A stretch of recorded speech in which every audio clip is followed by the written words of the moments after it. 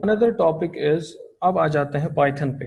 तो अभी तक अब हमारे पास धीरे धीरे छोटी छोटी सी या उसके बाद बड़ी बड़ी कॉम्प्लेक्स प्रॉब्लम्स आ जाएंगी। हमें उन प्रॉब्लम्स को कोड करना है पाइथन में।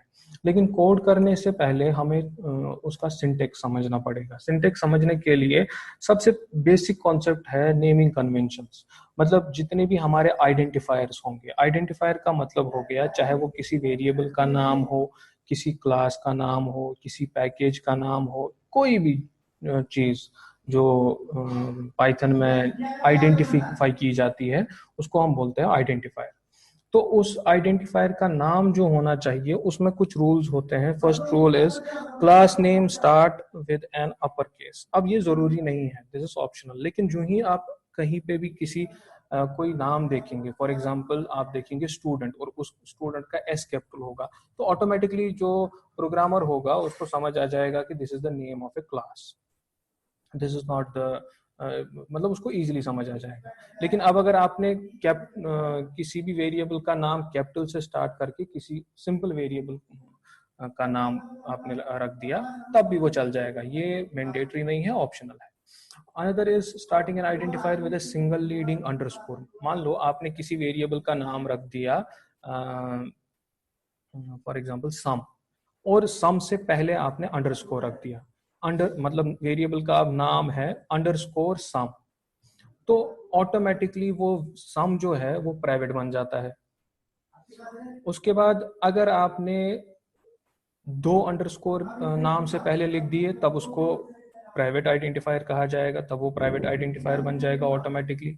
अगर आपने आइडेंटिफायर के सामने डबल अंडरस्कोर रख दिया तब वो लैंग्वेज डिफाइंड स्पेशल नेम बन जाएगा। मतलब कि ये पाइथन का इनबिल्ट एक ऐसा नाम है जो पाइथन ने यूज किया है, आप इसको यूज नहीं कर सकते। अब ये जो प्राइवेट है या स्ट्रांगली प्राइवेट है, ये जब हम ऑब्जेक्ट ओरिएंटेड प्रोग्रामिंग पढ़ेंगे तब हम इसको समझ पाएंगे। अभी सिर्फ आप इसको याद रख सकते हैं कि अगर ना वेरिएबल के नाम के आगे एक अंडरस्कोर होगा तो प्राइवेट होगा, अगर दो अंडरस्कोर्स होंगे तो स्ट्रांगली प्राइवेट होगा। अगर नाम वेरिएबल के नाम के आगे भी दो अंडरस्कोर और पीछे भी दो अंडरस्कोर्स होंगे तब वो लैंग्वेज डिपेंडेंट स्पेशल नेम होगा, यानी कि आप उसको अब यूज नहीं कर सकते, वो लैंग्वेज ने खुद डिफाइन किया है। These are the basic rules. ये लास्ट के तीन रूल्स ये तो है ही। पहला वाला रूल इज ऑप्शनल। आप किसी भी क्लास, ये भी क्लास जो है ये हम तब पढ़ेंगे जब हम ऑब्जेक्ट ओरिएंटेड प्रोग्रामिंग पढ़ेंगे। क्लास का नाम हमेशा कैपिटल एस से स्टार्ट होता है, वो स्मॉल मतलब कैपिटल लेटर से स्टार्ट किया जाता है in order to differentiate it with in order to differentiate it from the other simple variables. उसके बाद जो सिंपल वेरिएबल्स होंगे, one second,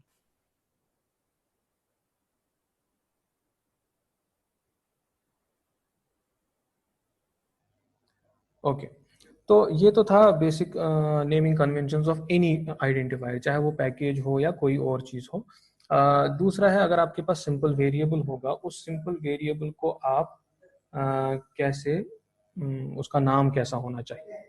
first point is जो आपने सी प्लस प्लस में बेसिक क्या बोलते हैं इसको, रूल्स पढ़े होंगे किसी भी वेरिएबल को का नाम रखने के लिए, वही यहाँ पे भी फॉलो होंगे, उसके अलावा कुछ और एक्स्ट्रा होंगे। First is variables are container. सबसे पहले वेरिएबल होता क्या है, ये एक ऐसा नाम होता है मेमोरी का जिस मेमोरी में आप किसी भी वैल्यू को, किसी भी डेटा को स्टोर कर सकते हो। अच्छा, यहाँ पे एक इम्पॉर्टेंट पॉइंट है कि पाइथन में आप जिस तरह बाकी लैंग्वेजेस में जावा हो, सी या सी प्लस प्लस हो, जब आप वेरिएबल को क्रिएट करते हैं तब आपको उसको पहले डिक्लेयर करना पड़ता है, आपको बताना पड़ता है इसका टाइप क्या होगा। लेकिन पाइथन में आपको ये करने की जरूरत नहीं है, आपको सीधे बताना पड़े, जो भी वैल्यू आप एक वेरिएबल में डाल देंगे उस वेरिएबल का टाइप वैसा ही बन जाएगा। मान लो आपने लिख दिया x इक्वल्स टू 5, तो ऑटोमेटिकली x इंटीजर टाइप का बन जाएगा। अगर आपने लिखा y is equal to inverted commas के अंदर राम, तो ऑटोमेटिकली y जो है वो स्ट्रिंग टाइप वेरिएबल बन जाएगा। तो ये पहला पॉइंट है जिसकी वजह से इजी बन जाता है पाइथन, कि आपको ये डिसाइड नहीं करना पड़ता ये डिफाइन नहीं करना पड़ता कि वेरिएबल का ये क्या होगा, मतलब डेटा टाइप क्या होगा। वेरिएबल किसी भी टाइप का हो सकता है, मतलब जो जैसा भी वैल्यू आप उसके अंदर डाल देंगे वेरिएबल के अंदर, वैसा ही वो उसका डेटा टाइप ऑटोमेटिकली बन जाएगा। जो मैं ये एक्सप्लेन कर रहा था, इस लाइन का मतलब यही है, variable is created by the moment you first assign a value to it. मतलब जो जब आप किसी भी कोई भी नाम आपने लिख दिया, X Y Z A B C या वॉल्यूम मार्क्स, कोई भी नाम लिख दिया, इक्वल के बाद जो भी वैल्यू आप उसके अंदर डाल देंगे, एक तो उसका डेटा टाइप ऐसा बन जाएगा और वो वेरिएबल भी तभी बन जाएगा जब आप उसके अंदर वैल्यू डाल देंगे। Clear? So the basic rules are for describe, अच्छा वेरिएबल का नाम जो होगा या तो सिंपल हो सकता है, A B C D X Y Z जो भी हम लिखते हैं, या इसके अलावा बड़ा भी हो सकता है, ऐसे भी हो सकता है, कॉम्बिनेशन ऑफ टू भी हो सकता है, सेपरेटेड बाय अंडरस्कोर्स। जिस तरह सी प्लस प्लस में स्पेस अलाउड नहीं है, उसी तरह यहाँ पे भी स्पेस अलाउड नहीं है वेरिएबल्स के नाम के आगे। अगर स्पेस लिखेंगे then they will be treated as two variables. तो पहला रूल है, the variable name must start with letter और एन अंडरस्कोर कैरेक्टर, या मतलब ए बी सी डी कुछ भी होना चाहिए या अंडरस्कोर होना चाहिए। न्यूमेरिक से स्टार्ट नहीं हो सकता। A variable name can not start with a number, जो मैं अभी बोल रहा था, मतलब कोई भी नंबर 1 से लेके कोई भी हो, उससे आप वेरिएबल के नाम को स्टार्ट नहीं कर सकते, जबकि बीच में कहीं पे भी नंबर हो सकता है। इसीलिए अगला रूल है, variable name can only contain alpha numeric characters. Alpha numeric मतलब जिसके अंदर A B C D A to Z, small हो या कैपिटल वो भी चलेगा, 0 से लेकर 9 जो भी हो नंबर्स वो भी चलेंगे।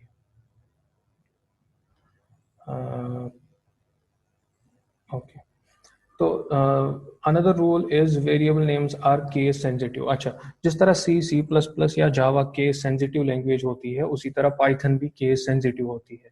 मतलब अगर आप स्मॉल कैप्स में एक वेरिएबल का नाम लिखेंगे, मान लो मैंने एक वेरिएबल का नाम लिख दिया एज स्मॉल कैप्स में, और दूसरे वेरिएबल का नाम रख दिया कैपिटल ए जी ई, तीसरे वेरिएबल का नाम रख दिया तीनों के तीनों कैपिटल में ए जी ई। So all these three are different variables because this Python is case sensitive। मतलब स्मॉल कैप्स का मतलब डिफरेंट है, और मतलब स्मॉल लेटर्स का मतलब डिफरेंट है, और कैपिटल लेटर्स का मतलब डिफरेंट है। So these are the basic rules for defining a variable. उसके बाद these are some of the reserved words, मतलब फॉर एग्जांपल एंड है, एज है, इफ है, जिस तरह सी प्लस प्लस में आपका होता है while, for, if, mean, all those are reserved words जो आपका कंपाइलर जो है या इंटरप्रेटर जो है वो यूज कर सकता है और आप यूज नहीं कर सकते, तो उन सबको हम कहेंगे रिजर्व्ड वर्ड्स। इसी तरह इसमें भी ये these are some of the examples of reserved words. इन सब रिजर्व्ड वर्ड्स का यूज क्या होता है, कैसे यूज किया जाता है, इनको हम धीरे धीरे आगे अपने ड्यू कोर्स ऑफ टाइम में पढ़ते जाएंगे। क्लियर? नो द मतलब ये ऑलमोस्ट लास्ट टॉपिक है आज का। अब ये इनपुट आउटपुट लेना कैसे है, जिस तरह वहां पे हमारे पास सी में होता था स्कैन एफ, प्रिंट एफ, या सी प्लस प्लस में होता था सी इन सी आउट, यहाँ पे होता है सिंपली प्रिंट। अब ये एक्चुअली मुझे कोडिंग में समझाना था, लेकिन यहाँ पे मैं आपको थोड़ा सा कॉन्सेप्ट दूंगा कि प्रिंट यूज किया जाता है आउटपुट देने के लिए। प्रिंट के अंदर इन स्मॉल ब्रैकेट्स के अंदर जो भी आप लिखेंगे वो डिस्प्ले हो जाएगा। अगर आप इन्वर्टेड कॉमास में लिख लेते हैं तो जो भी इन्वर्टेड कॉमास में होगा जैसा होगा वो आपके स्क्रीन के ऊपर डिस्प्ले वैसे ही किया जाएगा। अगर इन्वर्टेड कॉमास के अंदर नहीं लिखेंगे, सिंपली एक्स लिखेंगे, मान लो ऐसे, तो एक्स एक वेरिएबल कंसिडर किया जाएगा जो होना चाहिए, और उस एक्स के अंदर जो वैल्यू होगा वो डिस्प्ले हो जाएगा। क्लियर? ऑटोमेटिकली अगर आपने फॉर एग्जांपल ये वाली लाइन लिख दी, प्रिंट और इन्वर्टेड कॉमास में कोई भी मैसेज, और इसको एग्जीक्यूट किया, ऑटोमेटिकली आपका कर्सर जो है वो नेक्स्ट लाइन में आ जाएगा। तो इसके प्रिंट जो होता है बाय डिफॉल्ट इसके अंदर जो बैकस्लैश n होता है या एंड एल होता है वो ऑटोमेटिकली इम्प्लीमेंटेड होता है, आपको अलग से लिखने की जरूरत नहीं है। लेकिन अगर आप चाहते हो कि कोई भी वैल्यू प्रिंट होने के बाद कर्सर नेक्स्ट लाइन में नहीं जाना चाहिए, तब आपको ऐसे लिखना पड़ेगा। प्रिंट क्या करना है, प्रिंट बाई एक्स का वैल्यू प्रिंट करना है, ठीक है। उसके बाद एट्रीब्यूट होता है इसका एंड, प्रिंट का एक और एट्रीब्यूट एंड। एंड के आगे और बाय डिफॉल्ट होता है बैकस्लैश एन, लेकिन मैं बैकस्लैश एन नहीं रखना चाहता, मैं स्पेस रखना चाहता हूं। तो आप इन्वर्टेड कॉमा को स्टार्ट करेंगे, एक स्पेस करेंगे, लिखेंगे और इन्वर्टेड कॉमा को बंद करेंगे। इसका मतलब एक्स का वैल्यू डिस्प्ले हो जाएगा, उसके बाद एक स्पेस आ जाएगा, उसके बाद कर्सर उसी लाइन में रहेगा, वो नेक्स्ट लाइन में नहीं जाएगा। So these are the three ways of using print function. This print is a inbuilt function of Python, जो Python की स्टैंडर्ड लाइब्रेरी में इसका कोड होता है। आपको उस कोड को फिर से लिखने की जरूरत नहीं है, ये सिर्फ यूज करना है आपको। आप इसको या तो इस तरीके से यूज कर सकते हो, या इस तरीके से यूज कर सकते हो, या इस तरीके से यूज कर सकते हो। Similarly there are multiple ways जो हम धीरे धीरे आगे समझते जाएंगे। तो प्रिंट, इन शॉर्ट, प्रिंट जो है, print function, this is used for giving the output to the user. ठीक है। अब इनपुट लेने के लिए आपके पास इनबिल्ट फंक्शन है, वो है इनपुट। ठीक है। तो जैसा कि यहाँ पे थोड़ा सा रिकैप्चुलेट कर लेते हैं सी प्लस प्लस को। मान लो मुझे एक वेरिएबल एक्स के अंदर वैल्यू डाल देना है, तो आप क्या लिखेंगे? आप सबसे पहले लिखेंगे सी आउट, एंटर ए वैल्यू। वो मैसेज यूजर के सामने आ जाएगी। फिर यूजर कुछ वैल्यू देगा, फिर आपके कोड में लिखा हुआ होना चाहिए सी इन, और उसके आगे एक वेरिएबल, फॉर एग्जांपल एक्स, तो एक्स के अंदर वो वैल्यू चला जाएगा। क्लियर? लेकिन पाइथन में इनपुट फंक्शन जो होती है, इसके अंदर ऑटोमेटिकली ये पैरामीटर होता है जिसके अंदर आप वो मैसेज लिखना चाहते हो जो यूजर को दिखे, और उस मैसेज को देखने के बाद यूजर आप इनपुट ले, मतलब यूजर इनपुट दे दे इस प्रोग्राम को। मतलब आप वहां दिखाना चाहते हो एंटर वैल्यू ऑफ एक्स, तो आपको इसके लिए पहले प्रिंट लिखने की जरूरत अलग से नहीं है, आप सीधे ही इनपुट फंक्शन लिख सकते हो। तो इनपुट फंक्शन क्या करेगा? दो काम करेगा। पहला काम क्या करेगा?